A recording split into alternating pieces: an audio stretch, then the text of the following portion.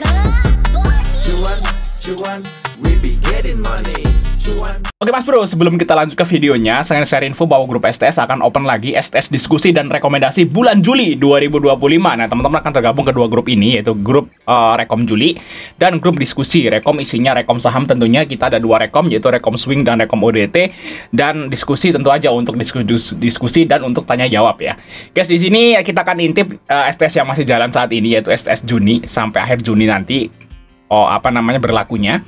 Nah, ini adalah contoh rekom dari STS, guys. Ini adalah rekom ODT atau base JP-nya. Contohnya nih Arci, Pesap, Obat, ya, CBDK, Jarlet, Gula. Nah, ini contoh saham untuk BSJP ODT. Nah, yang kedua yaitu ada tabel swing. Jadi, selain kita ada menu BSJP, kita ada menu swing, teman-teman, seperti ini ya. Nanti kita ada ke tabel khususnya. Dan untuk swing ini kita pilih saham-saham yang bagus-bagus, guys. Oke ya, terus di STS ini ada dua bonus, guys. Yaitu yang pertama tentu aja bonusnya masih sama, yaitu bonus saham-saham yang daftar saham yang akan bagi dividen di tahun 2025. Ini masih setengah tahun ya. Terus kita akan update nanti di tahun 2026, teman-teman. Dan bonus yang kedua yang ditunggu-tunggu yaitu rumus screening saham murah. Nah, jadi ada sekitar 55 saham yang tergolong murah di Bursa Efek. Teman-teman gak usah ngeliatin satu-satu, langsung klik aja rumusnya dan semuanya udah keluar. Oke, kita lanjut ke videonya, teman-teman. Oke Mas Bro, kali ini kita akan bahas tentang lot dari CDIA, guys.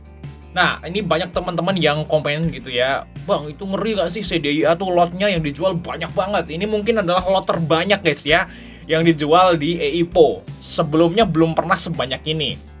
Lot yang dijual oleh IPO CDIA itu adalah 124 juta. Ini belum pernah terjadi, guys. Ya, belum pernah terjadi. Nah, coba kita lihat dari historisnya, guys. Di sini ya rata-rata seperti ini, guys. Lihat aja. Coba kita lihat yang lain, teman-teman. Ya. Nah, di sini 8 juta, 13 juta. Kita lihat yang ini 4 juta, 11 juta, 8 juta. Mana sih yang itu, guys? Ini DAS nih, guys. DAS cuma 3 juta.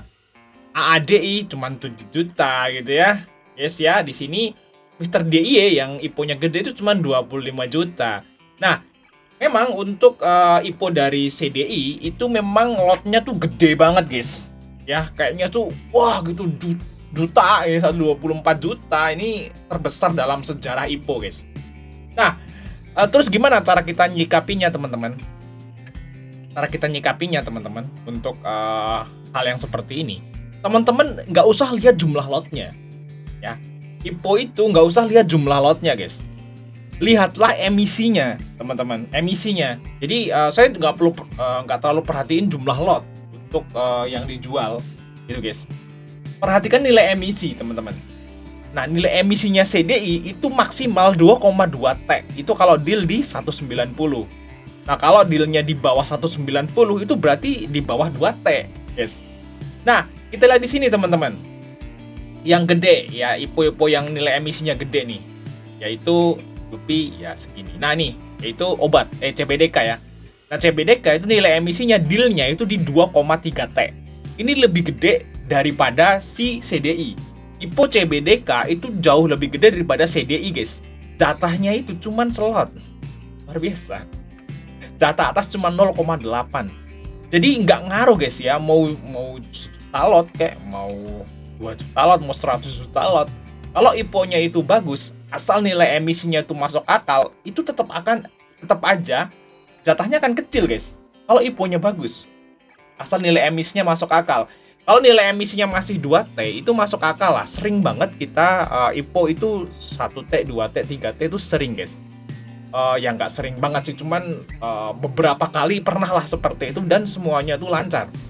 Jadi masih masuk akal IPO-nya CDI. Kenapa IPO CDI itu lotnya jadi banyak? Karena IPO-nya tuh kecil. Namanya saham, ya itu kan dibagi, guys. Ya, sama-sama nilainya 2 triliun. Kalau dibaginya kayak CBDK itu, guys ya, IPO-nya tuh di 4.000. Ya pantas aja IPO-nya sama-sama 2 triliun tapi lotnya jadi sedikit. Karena 2T ya, 2T dibagi 4.000. 2T dibagi 4.000. Kita ngomong awamnya aja. 2T dibagi 4.000 kan jatuhnya lebih sedikit daripada 2T dibagi 170. Paham ya di sini guys? Jadi untuk lot tuh nggak ada masalah. Jadi teman-teman nggak usah ngeliatin lotnya guys. Ngeliatinlah si nilai emisinya. Karena kan kalau kita beli IPO, kita kan nggak beli lot ya, kecuali kalau teman-teman yang modalnya sangat kecil ya. Kalau teman-teman yang modalnya sangat kecil, beli 10 lot aja gitu ya, beli 20 lot aja. Tapi kalau bagi kita nih yang udah IPO hunter teman-teman, kita tuh nggak beli lot, kita beli duit. Kita beli berdasarkan uang. Mau di atas 100 juta atau di bawah 100 juta, nggak peduli dapat lotnya berapa. Ya, kayak gitu ya. Jadi istilahnya sebenarnya yang perlu diperhatikan tuh nilai emisinya, bukan lotnya guys. Nah mungkin nanti di order book akan sedikit gede ya untuk lotnya, mungkin kanan kiri bisa ratusan ribu gitu ya, mungkin jutaan kayak Goto kayak gitu. Cuman ya nggak ada masalah seperti itu guys ya, kan sama aja kita belinya.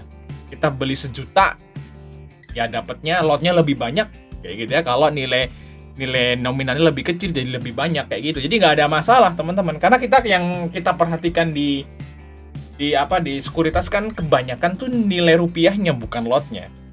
Jadi no problem teman-teman, malah justru bagus ya.